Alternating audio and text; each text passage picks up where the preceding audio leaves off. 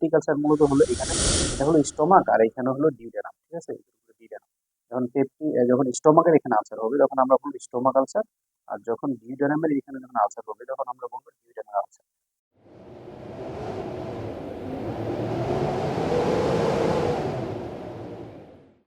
আসসালামু আলাইকুম রহমতুল্লাহ বারকাতু। আশা করি সকলে ভালো আছেন। প্রতিবারের মতো এবারও আপনাদের সামনে নতুন কোনো ভিডিও নিয়ে এসে পড়লাম।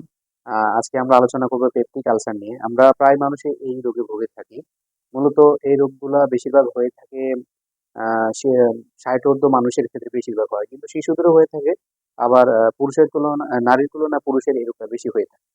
তো এই রোগটা কেন হয়? মূলত এই রোগটা হওয়ার পেছনে বিভিন্ন কারণ দায়ী থাকে। তবে প্রধানত হলো যে আমাদের শরীরে হেলিকোব্যাক্টার পাইলোরি নামে এক ধরনের ব্যাকটেরিয়া রয়েছে যার সংক্রমণের কারণে এই রোগগুলো হয়ে থাকে। আমরা এখানে বোঝানোর জন্য একটা চিত্র এঁকেছি, সেটা হলো যে একটা স্টোমাক। এখানে স্টোমাকে দেখতে পাচ্ছেন যে এই হেলিকোব্যাক্টার পাইলোরি যখন স্টোমাকের মধ্যে আক্রান্ত করেছে, এখানে আক্রান্ত করার কারণে সেখানে ক্ষত তৈরি হয়েছে। এখানে ক্ষত তৈরি হওয়ার কারণে আমাদের পাকস্থলী এক ধরনের মিউকাস মেমব্রেন রয়েছে, যেটা কিনা আমাদের পাকস্থলীর মধ্যে যে অ্যাসিড রয়েছে সেটা থেকে পাকস্থলী পর্দাকে রক্ষা করে। যখন ওইখানে হেলিকোব্যাক্টার পাইলোরি আক্রান্ত করে ওই জায়গাটা ক্ষত হয়ে যায়, তখন মিউকাস মেমব্রেন গুলো সরে গিয়ে প্লেন হয়ে যায় এবং সেখানে একটা সময় সেই অ্যাসিড গুলো গিয়ে ওই পর্দার মধ্যে আক্রান্ত করতে করতে ক্ষতের সৃষ্টি হয়। আর তখনই আমাদের পেটের মধ্যে বিভিন্ন ধরনের রোগ বালাই তৈরি হয়। তখন আমাদের বিভিন্ন ধরনের অস্বস্তি বোধ হয়। তো সেই লক্ষণগুলো কি কি? যেমন ধরেন, দেখা যায় যে পেট ফুলে ফেঁপে থাকে, আমাদের শরীরের মধ্যে পেট ফুলে ভাবে আমাদের পেটটা ফুলে ফেঁপে থাকে, অস্বস্তি বোধ হয়, অনেকের পেটটা এরকম বড় দেখা যায়, দেখতে খারাপ লাগে, পেট একটু ভারী ভারী মনে হয়। অনেকের দেখা যায় কি এরকম টক ঢেকুর ওঠে, হ্যাঁ?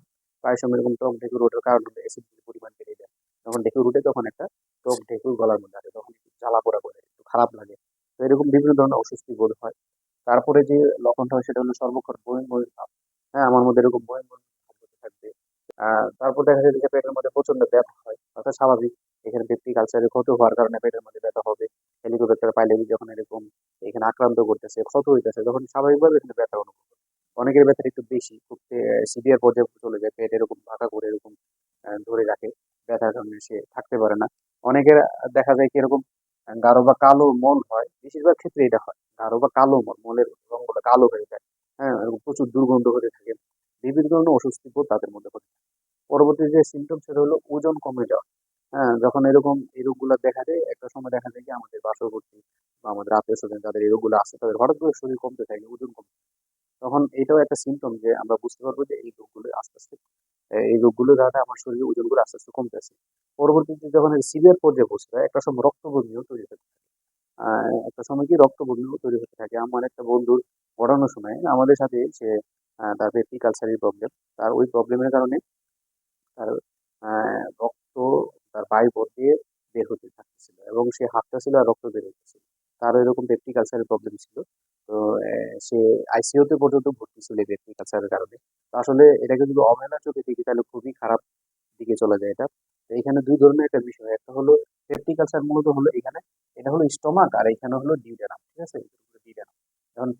যখন স্টোমাকের এখানে আলসার হবে তখন আমরা বলব স্টোমাক আলসার, আর যখন ডিউডেনামের এখানে যখন আলসার হবে তখন আমরা বলব ডিউডেনাল আলসার।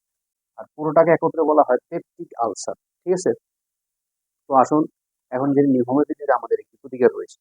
আলহামদুলিল্লাহ আমাদের হোমিওপ্যাথি খুব সুন্দর প্রতিকার রয়েছে। অনেকে যারা আছেন এরকম অসাধু ট্রিটমেন্ট নেয় অসাধু চিকিৎসকের কাছ থেকে। ঠিক আছে? কিরকম যে তারা টোটালিটি অফ সিম্পটমস নিয়ে গুছিয়ে সুন্দর করে ট্রিটমেন্ট দেয় না, ক্লাসিক্যাল ট্রিটমেন্ট দেয় না, প্যাটার্ন ট্রিটমেন্ট দেয়। তাদের কাছে দূরে থাকুন। হ্যাঁ, বড়, বড় কথা বলবে, বড়, বড় এরকম ডায়লগ দিবে, ভালো করবে। ১ সপ্তাহে ভালো করবে, ২ সপ্তাহে ভালো করে ফেলবে। এরকম যারা এরকম অসাধু চিকিৎসক তাদের থেকে দূরে থাকবে। কমপক্ষে ৩০ থেকে ৪০ মিনিট আপনার পুরো শরীরের সিস্টেমগুলো গুছিয়ে নিয়ে এর উপর ভিত্তি করে মেডিকেল সিলেকশন। এর জন্য অসাধু চিকিৎসা থেকে দূরে থাকুন। সঠিক হোমিওপ্যাথি গ্রহণ করুন। সুস্থ থাকুন, ভালো থাকুন। আসসালামু আলাইকুম।